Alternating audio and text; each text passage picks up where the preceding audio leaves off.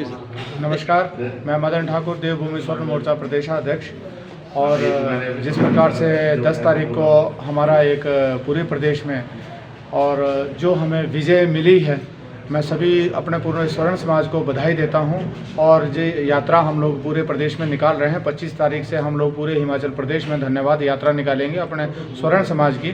तो सभी लोगों से मेरा आग्रह है कि सभी लोग इस यात्रा में भी, और सभी के धन्यवाद के लिए जो ये यात्रा निकली है, क्योंकि हिमाचल में पहली बार 50 सालों में पहली बार स्वर्ण समाज एक हुआ है। सभी लोग बधाई के पात्र हैं। और जिस प्रकार से बीच में कुछ एक बुद्धिजीवी इसमें बातें फैला रहे हैं और किसी प्रकार के समाज में अराजकता फैलाने की जो बात कर रहे हैं, मैं उन लोगों को मैसेज देना चाहूँगा कि हम लोग किसी भी जाति समुदाय के विरोध में नहीं हैं। हम लोग सद्भावना चाहते हैं, हम लोग एकता चाहते हैं। यदि हम लोगों ने आयोग की बात की है तो आयोग अपने बच्चों और अपने जो किसान हैं, अपने युवा वर्ग है, उनके हितों की रक्षा के लिए आयोग की मांग की है। और उसका बनना बहुत ज़रूरी है, क्योंकि यदि आयोग नहीं बनता तो हमारी आज तक जिस प्रकार से अनदेखी की गई है, आगे भी भविष्य में इसी प्रकार से होती रहेगी।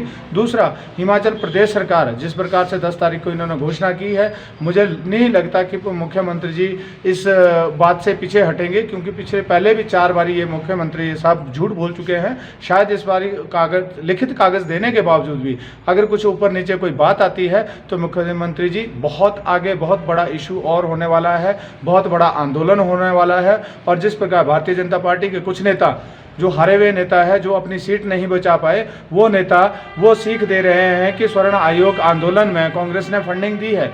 उन्होंने अपनी तरह सभी को सोचा है, अपनी पार्टी की तरह सभी को सोचा है कि हम लोग भी फंडिंग करके और इन जिस प्रकार से वो सरकारी तंत्र का मिसयूज़ करके फंड को जनरेट करते हैं, तो वो सभी को इसी तरह से सोच रहे हैं।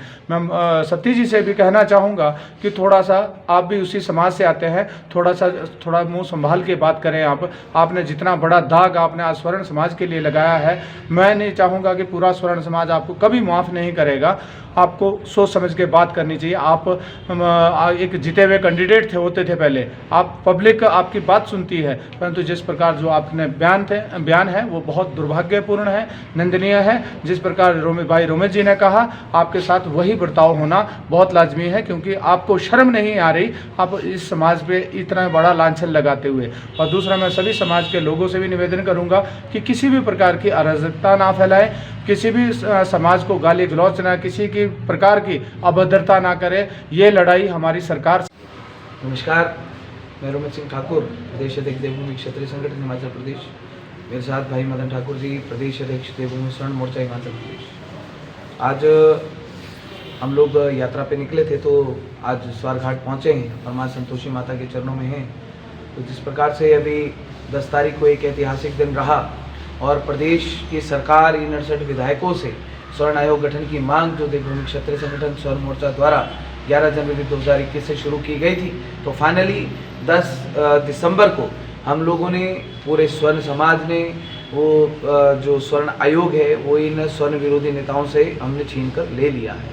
3 महीने की नोटिफिकेशन है, प्रदेश के मुख्यमंत्री ने 3 महीने की नोटिफिकेशन सदन के अंदर जारी की है। और प्रदेश के 62 लाख लोग प्रदेश के मुख्यमंत्री की तरफ नज़र टिकाए बैठे हैं कि प्रदेश के मुख्यमंत्री कितनी जल्दी इस आयोग को पूरी की पूरी मजबूती के साथ लागू करते हैं। और हम प्रदेश के मुख्यमंत्री और इन 68 विधायकों को, 67 विधायकों को ये बात स्पष्ट कर देना चाहते हैं कि किसी भी प्रकार का छल कपट करने का प्रयास मत करना, ऐसी कोई कमी मत छोड़ना, ऐसा कोई धोखा देने का प्रयास मत करना जिससे 62 लाख लोगों के दिल को ठेस पहुँचे, उनकी भावनाओं को ठेस पहुँचे। क्योंकि बहुत सालों के बाद, 50 सालों के बाद स्वर्ण समाज के लिए कुछ मिला है, और वो भी आप लोगों के द्वारा दिया नहीं बल्कि स्वर्ण समाज ने छीन कर लिया है। देवभूमि क्षत्रिय संगठन, देवभूमि स्वर्ण मोर्चा 62 लाख लोगों का धन्यवादी और उनको बधाई भी देता है। और साथ में इन स्वर्ण विरोधी नेताओं को और प्रदेश की सरकार को, चाहे वो भाजपा है चाहे वो कांग्रेस है, हम उनको स्पष्ट कर देना चाहते हैं, आपके पास सिर्फ 90 दिन का समय है। 90 दिन के अंदर अपने वायदे के मुताबिक इस आयोग को पूरी की पूरी मजबूती के साथ लागू करें, वरना 91 दिन हम फिर आपके सामने खड़े होंगे।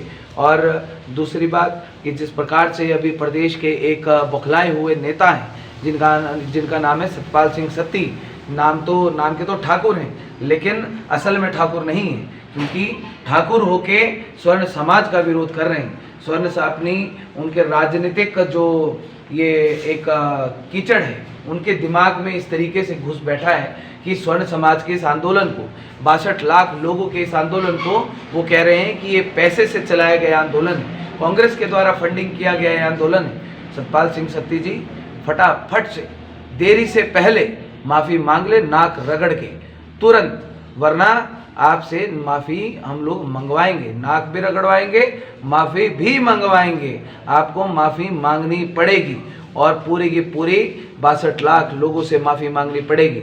आपने ये बात कही है ना कि कसम खा लें यहाँ माता के मंदिर से और नैना देवी के चरणों से, आपको ये पूरी की पूरी खुली चुनौती मैं ये देना चाहता हूँ और आपको ये मैं बात कह देना चाहता हूँ कि स्पष्ट करें कि किन लोगों को फंडिंग हुई है। वो जो आप कह रहे हैं कि मैं नाम बताऊंगा, नाम बताएं और साबित करें। अगर आप साबित नहीं कर पाए तो जूतों की माला पहनने के लिए और अपना मुंह काला करवाने के लिए पूरे हिमाचल प्रदेश में तैयार रहें। हिमाचल प्रदेश के जिस कोने में जाएंगे आपका निकलना बंद कर देंगे पूरी की पूरी तरीके से, पूरी की पूरी तरीके से। इस बात को सतपाल सिंह सत्ती अगर सुन रहे हैं तो अपने कान और अपना दिमाग खोल के इसको अपने दिमाग में डाल दें।